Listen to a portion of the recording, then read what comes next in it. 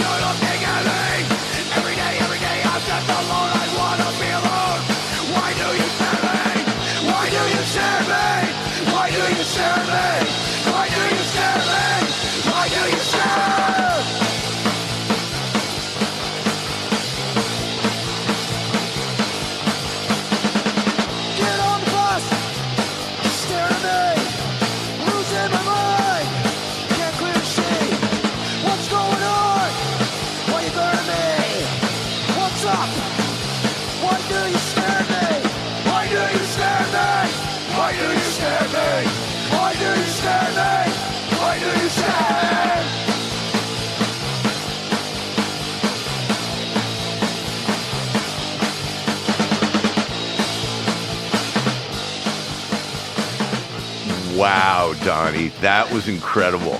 And I'm going to start out by saying I like this better than 100% of the Canadian punk records I've ever heard. I love that. This is so great. And so now, was this your first recording ever? Tell me about this. It was. Tell me everything. All right. Now, am I getting the band name right? Oh yeah, Poopoo Kaka and the Bum Bums. Yeah. I can't believe we're doing this. I can't believe they talked me into doing this because we're rolling on a few other songs. I love this. I don't know. It's like this is my first band. Oh my God, yeah. So I was 18 years old, and it was all my friends I grew up with. So like never be in a band with all your buddies, right? So we just like we're just dumbass teenagers. Like, well, we're bored, so we might as well like. There's a bunch of instruments at my friends. Our friends lived a couple doors down from my parents' house, and they were in a cover band, and they would play like clubs and stuff, and they all had like pro instruments. So the rest of us that didn't play would go down and just kind of make noise, you know. And we started to like. And Trevor, the drummer, is we're still like, he's one of my best friends. We're still like, you know, I've been friends with him since I was a kid. And Trevor is like the funniest guy I know. And so like the whole joke, let's call it Poopoo Kaka and the Bum Bums. We can't play. Let's have stupid songs with like stupid lyrics. And so it was just dumb. You know, dude, I love this. I mean, this to me is punk rock in a nutshell and a perfect example of that. Like, hey, we don't know how to do this, and yet somehow you stumbled into doing it and catching the vibe correctly of like, this is folk music. This is what a bunch of kids from Ottawa who were not trained come up with. Yeah, totally. I mean, I love it, man. Totally. I mean, the guys that had the cover band, our other friends, they were really good, you know, and they were like, turn that awful shit and stop playing. Like they wanted to shut it down. They were not into it, you know, and like you guys have no business, you know, playing with our fancy gear, you know, our friends still, you know, so it was fun. I mean, we were all just partying and stuff. But anyways, we ended up like, we actually kind of like pieced together a few songs, and we brought it to my parents' house. Next was 2 doors down, and my folks were like, just, you know, as long as the kids they're not on the street, we know where they are, you know, they're making noise, so they're really cool. So we were jamming in the basement. So your parents encourage this kind of thing? They do, yeah, they do. They still do, yeah. And when you said Poopoo Kaka, they didn't blink at that. They were okay with Poopoo Kaka. My name is Dirty Donny, so it's like that's my art name. So how long have you been Dirty Donny? Well, it's a kind of a, you know, I put it back to a Big Daddy Roth thing. I was reading one of his old, like, he used to do these fanzines on how to pinstripe and I'd buy them from Moon Eyes, and I was just kind of starting out my freelance career, starting to get paid for artwork, and in that he said, he's like, it's good to have a nickname, and my name is Donny Gillies, but everyone gets they pronounce my last name wrong, Gillis, Giles, so I was like, it would be way easier if it was just kind of like Dirty Donny. I did a fanzine too called Dirty for a few years, and I was like, well, Dirty Donny, it'll be easy to remember. So it's kind of was sort of branding, primitive branding. It works. Primitive branding. Yeah, it was a business move. Now I don't give a fuck, but it is what it is. I kept it, you know. Anyways, I love this track, but the way it's presented, I mean, we watched it on YouTube. We didn't actually listen to the record. So did this come out as a 45 or something? Is there a copy of this somewhere? No. We didn't have money for a 45 Blag. That came out as a demo tape. Okay, so it was like a cassette. Cassette, yeah. Okay, Yeah, and was it commercially available? Like you sold it at shows, or was this like a couple of your friends had it? We did, yeah. We started playing shows, so we went on and we started playing shows, and we did the tape. It was 5 songs, and did you design the cover with your Dirty Donny style? I was kind of the art director of the band. It was sort of like one of my sort of art projects, and Trev did all the artwork. Does like little kid art. It's amazing. Like his art's amazing. Okay. And he's so we put together Trevor's artwork with my graphic design at the time, and we put together this tape. We made crayons, so it came with a crayon. Like you get a little Poopoo Kaka crayon and stickers brown crayon. Yeah, totally. It had all kinds of crap in it. The tape was full of, so you could barely get the tape closed. It had all kinds of like junk in there, like fold out poster. And we went all out on the merch, made shirts and stuff. But yeah, the tape sold out. We sold 100 tapes right away, and we were like, wow, this is kind of cool. And so, and also like the local bars and clubs were giving us like $100 a show and free beer. So we're like, well, this is great. We suck, but we're having fun. We're getting free fucking beer. We're getting paid $100, and like, so we can split it, $20 each or whatever. There's like, fucking 5-6 members, See, Canada, always a little more socialistic.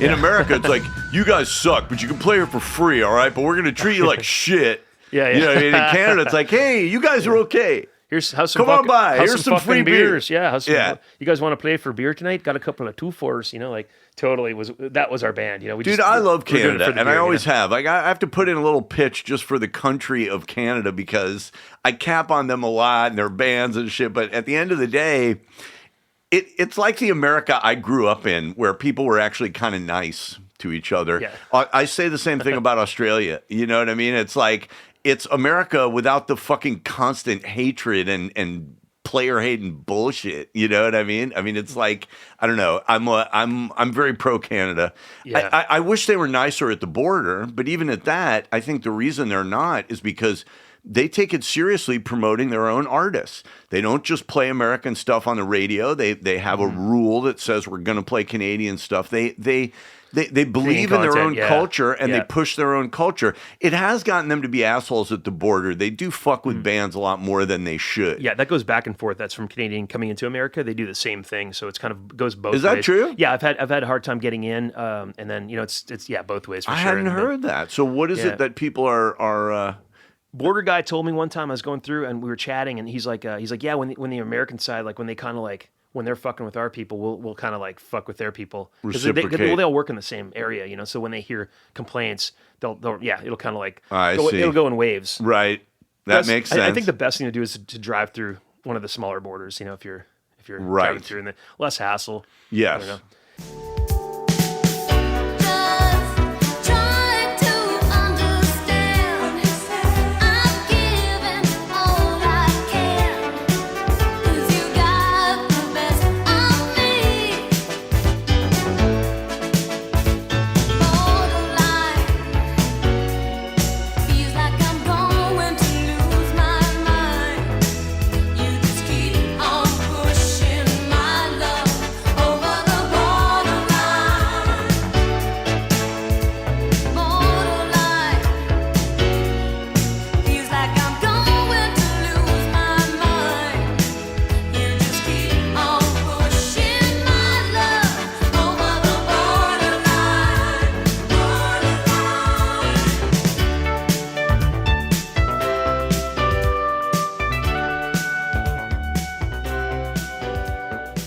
Well, what I've found is that flying is a lot easier because people who fly are richer.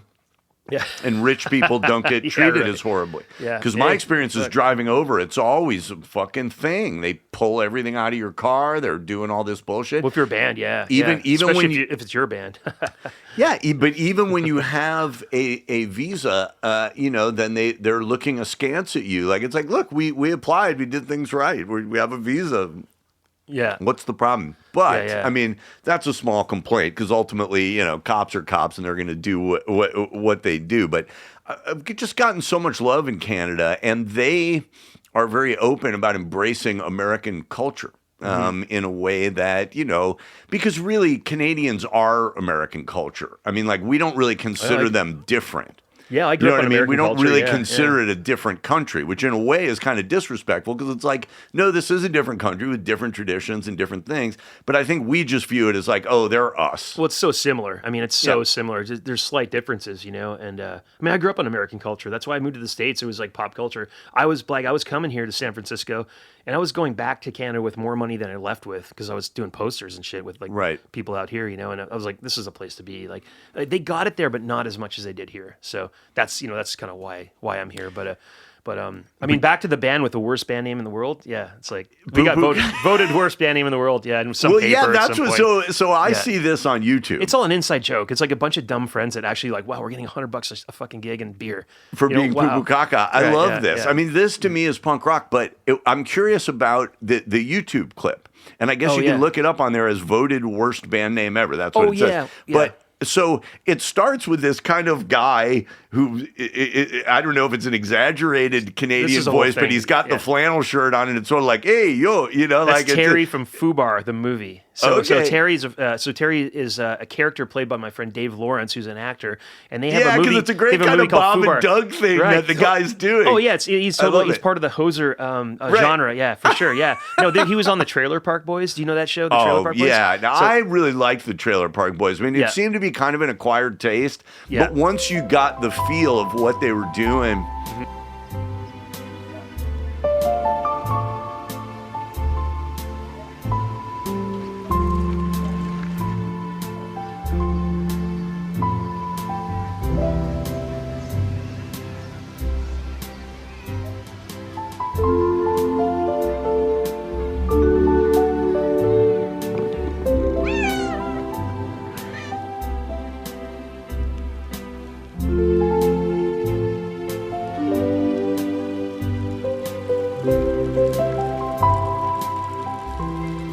My favorite thing was just that Julian always had a drink in his hand. Am I getting the name right? Julian? Yeah. And I dug Trailer Park Boys. I mean, they do repeat themselves a lot, yes. But then again, every they got like 20 television show that runs for 20 seasons is going to repeat itself. So Dave has a couple of movies out, and he's got his own series. He had his own series with Vice. Actually, I have a part in his Vice show. They flew me out to Montreal, and I did a little.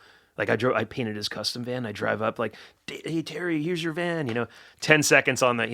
But this was years after this came out. He wasn't like a buddy of yours at the time that recorded this thing. This is a new video. So I did this video a couple of years ago as a tribute to my old band, and I got Dave, aka Terry Fubar, to do like the intro bit. This is brilliant. So it's like he's a modern version. Because he's doing this shit right now. So and everyone in Canada knows who Terry is. He's sort of like famous hoser, So right. So and I've known the guy for years. He's a good friend of mine. So I was like, Dave, can you do this this bit for me? He's like, oh, I totally got this. Wow. We do favors for each other. It lines it up so perfectly. Yeah. And then you hear the song, and look, it's a 4-track recording. I mean, it's a 4-track recording, and it's exactly what it needs to be. It doesn't need to be recorded better than this. It doesn't need to be played better than this. If it was, you would hear all our shortcomings. You'd to me, this is rock and roll. Like Trevor's drum kit was from a garage sale. It was all different colors, and like the skins were like dented in. I mean, we ramshackled this band together, like it's with duct tape and love.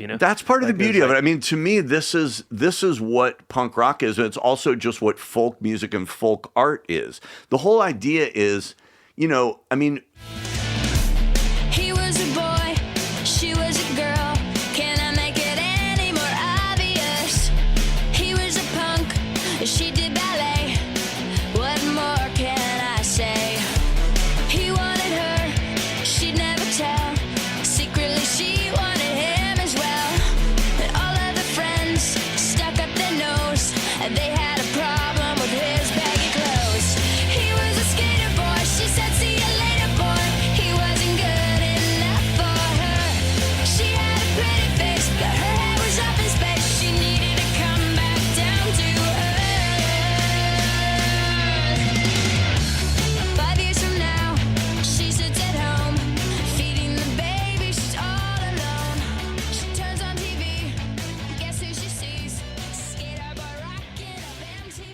if your band is supposed to be a garage band, but they pumped $100,000 into your production, you've kind of negated it immediately, And a lot of people have that trouble with my band because, of course, we started out super low budge and just doing what we could.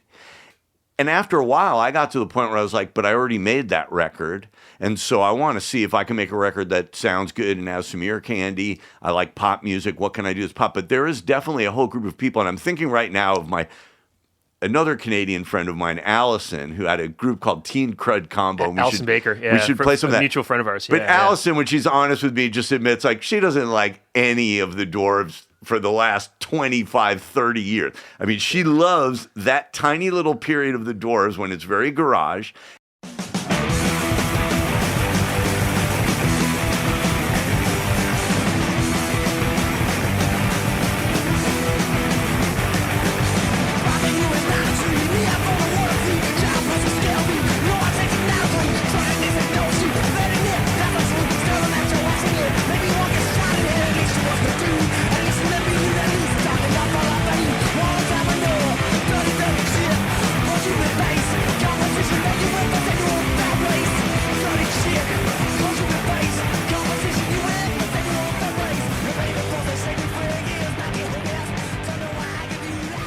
And then that point when it kind of gets to Blood, Guts, and Pussy is still acceptable. And then sort of everything after that, and there's a lot of Dwarves fans who are like this. They're just like, look, dude, close but no cigar, And I get it. Yeah. It's like when you're a kid, you do things in a certain way. When you've got no money and no experience, you do things in a certain way. And sometimes that's the beauty of it. If there's a band called Poopoo Kaka, this is what I want to hear from them. To me, this is 100% of what it needs to be. We had no choice. We couldn't be like a garage band, a metal band. We weren't good enough. We didn't even know. We're just like, let's just make it. Right. And that's what came out. Angry teenagers, just punk and just angry. Well, we talk about lyrics on this show. Tell me about the lyrics to this song, because there is a paranoia to it. It has something to do with riding the bus, right? And then it kind of repeats this one. What is it? Staring at me. So nobody. Tell me what the lyrics are and kind of how it came about. Like, got on the bus, staring at me. What's your problem? Why are you staring at me? What's up? Why do you stare at me? So I couldn't get more dumb than that. Jeff, you're great, but I mean the lyrics, like, I mean he's a way better. Like, these guys have gone on to be musicians too, and they have. Is that true? They make great music in Ottawa and stuff, and they have they've got really cool stuff. We can put links below of their projects, and but this is all of our first band. And the funny thing is like. People go up to Jeff, the singer, and Ryan, and they'll be like, you're in that band and stuff, and they're so embarrassed because it was so bad. And I'll tell people when they're around, I'll be like, oh, that's the singer. That was his band. Like, I was following him. Like, that was all him. He's like, shut up, man. Yeah, they're all embarrassed. I don't give a fuck. He's trying to hide it. Yeah, totally. Tell me the names of some of their bands. Let's see. They had a band called the Cruds. There was the Decepticons. This goes on and on. There was the Name a few bands. We'll play some. That's what we do on this show. Yeah. Let me think about it, and we'll put some more. We'll get a list going and stuff. Anyways, where I was going with that was I don't remember, but you don't remember all the lyrics. But can you give me some more of the lines? Like, I got that part about why you look at me, why you look at me. Is there Jeff was paranoid. What were the verses? So we would all take the bus. That's the deal. Like none of us had a car, so we'd all take the bus. And Jeff would be like, "Man, I was on the bus. Everyone was staring at me. They always stare at me on the bus." I'm like, "Dude, they're not all one group of people staring at you. It's like everyone's an individual. Just like everyone's bored. They're sort of like, oh, who's getting on the bus? But he would take that personally and come to jam all pissed off. And so hence the lyrics. Yeah, totally. So that was now were people staring at him in his mind because he was a punk rocker, because he looked different, because he had some clothes on? Looked different, and just was a little paranoid. Looked different and stuff. Right. Yeah. It's a good old Jeff. Can you remember any of the lines? I love Jeff. He's a great guy. It was. I mean, that fueled a lot of our projects. His getting upset, in public. So, but I got another story about the band. We were playing around Ottawa a lot, and we got a reputation going, and we were starting to kind of actually make progress. And we're like, wow, we're making some a couple of bucks, and we're getting a lot of free beer. This is great. The train's going, it's moving, and so we play this bar. We get a gig. It's called the Glue Pot Pub, and it was known to be kind of a hippie rock cover band bar. And we go to play this bar, and it's nobody shows up. There's like nobody there. We're this other band we're playing with, and this is like our friends. There's like 8 of our friends there sitting at a table, having a beer. So like Jeff gets bored. We get bored. People are drawing on the walls in the band room. Someone wrecks a chair. Jeff gets in a fight out front with somebody, like some stranger on the street, and like. Now, is this the 1980s? This is like it was a lot more common. Early 90s. Early 90s, yeah. Because there was a lot more fights in the scene, and it wasn't taken so much as like an affront. It was more like another Saturday night. I think like the relationship people have with fights now is different, and the relationship like young people have with fights. Like when I went to school, like there were fights, and it happened, and then it was kind of over. And, it was sort of the teachers and students kind of took it as a part of the natural course of things. If you ever get annoyed, look at me, I'm self-employed. I love to work at nothing all day. And I've been taking care of business every day. Taking care of business every way. I've been taking care of business. It's all mine. Taking care of business and working overtime. Work out.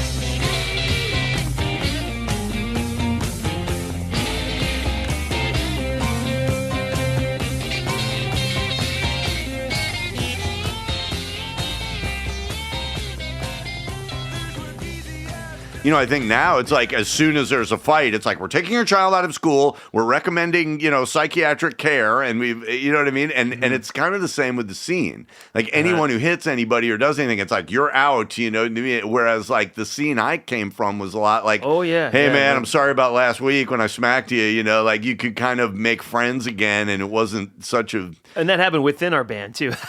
Right, yeah. It wasn't just people that we didn't know. We were fighting each other, And well, the Ramones would fight each other on stage, right? On stage, right. Yeah, there's all kinds of punching going on, and but that was growing up when I grew up. That was just what you did, and Ottawa was like a hockey town, man. People just went out and fought when they had a problem, and that's just how I grew up, man. I don't know. I don't think that's the worst thing in the world. I mean, it's because I think it encourages things to be over. I think now people have their beef and it lasts for decades, Everybody's mad and seething, and they're still mad about whatever happened. Now people fight with their cell phones. They whip out their phone and they try to film each other, and they try to try to cancel each other. Like, my people are going to like see this, and so I see kids fighting, but they're all like chasing someone down the street with cell phones, and like I'm like, wow, is that... So yeah, if I ever get in anything, and they want proof to use in court. Everything is going to a third party. Yeah. It's like we're going to go to the principal, or at work, we're going to go to the boss, or, with neighbors fighting, we're going to go to the cops. Yeah. It's very much like an infantile, scared way of approaching life, where it's like, look, you're playing your music too loud. I'll go to your house, knock on the door, and go, hey, could you turn the music down? Most people these days, it's like, no, the music's too loud. The first thing they do is call the cop.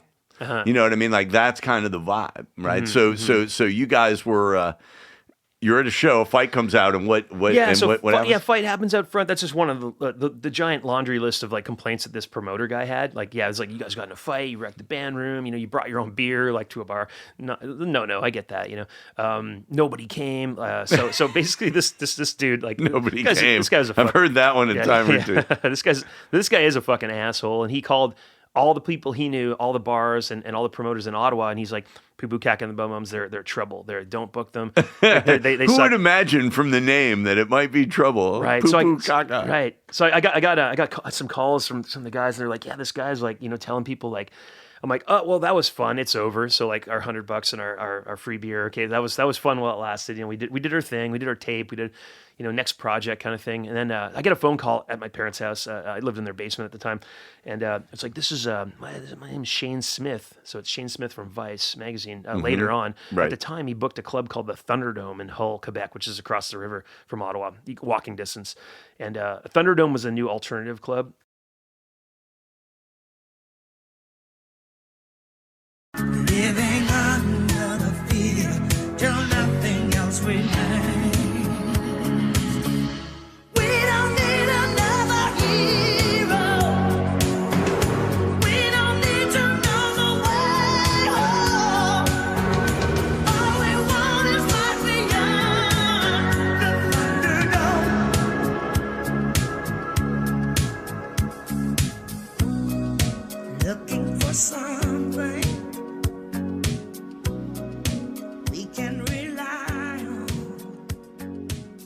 And he's like, I booked the Thunderdome, and I heard you like wreck the glue pot. I was like, well, we kind of wrecked the glue pot. And he's like, well, I think that guy's he's an asshole, and like, fuck that place. And like, do you want to open for the Random Killing from Toronto? Do you want to open for them at the Thunderdome?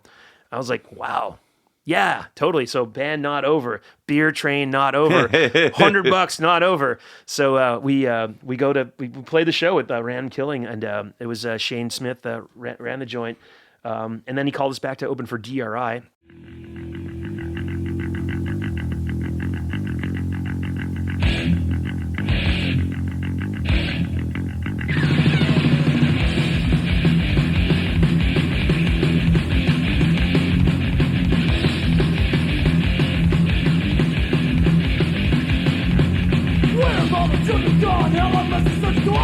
Someone's gonna always try to stop me from the place of play. Seems to happen every day. Almost like it's come from pain, but who's to know and who's to say?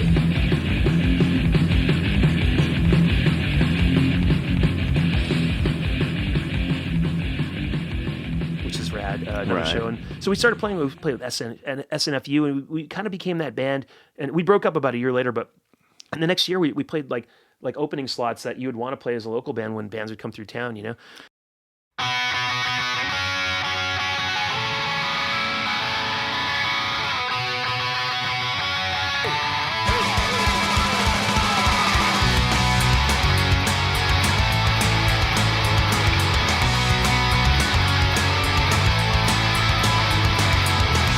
Happened so fast, he didn't have time to think. Or maybe he had too much, a bit too much to drink. When he went riding off into the bright sunshine, turned out to be the lights of a car.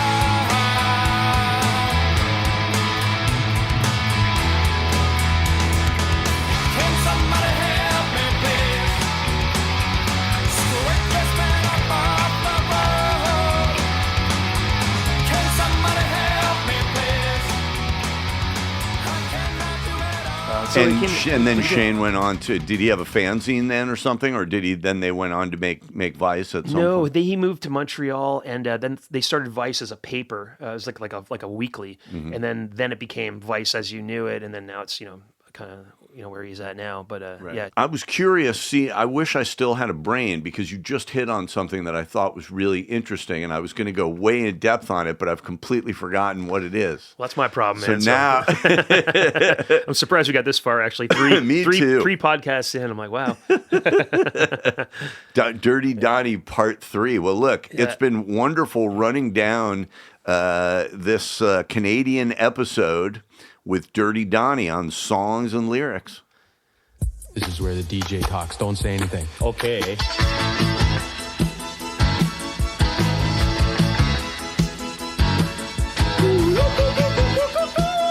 Oh, beauty, go. Okay. Good day. Welcome to our single. I'm Bob McKenzie, and this is my brother Doug. How's it going, eh? Beauty, eh? Yeah, I like that. Okay. Okay, everyone, this record was my idea. Get out. It was. You're lying. Pete Hosehead here just sort of rid on my coattails. Why are you doing this? It was our idea together, eh? Yeah, okay. Yeah, okay. We agreed to say that, but take off. Take off through the great white north. Take off, it's a beauty way to go. Take off through the great white north. Decent singing, eh? Yeah. Yeah, he's good. Okay, so good day. Our topic today is music. That's right, because my brother and I are now experts in the field, Yeah, eh? right, because we're a band now. And, yeah, Well, so- except for him. I'm a band. Oh, how can you do that making me look bad? You're such a hose hand. Yeah, well, take off. Take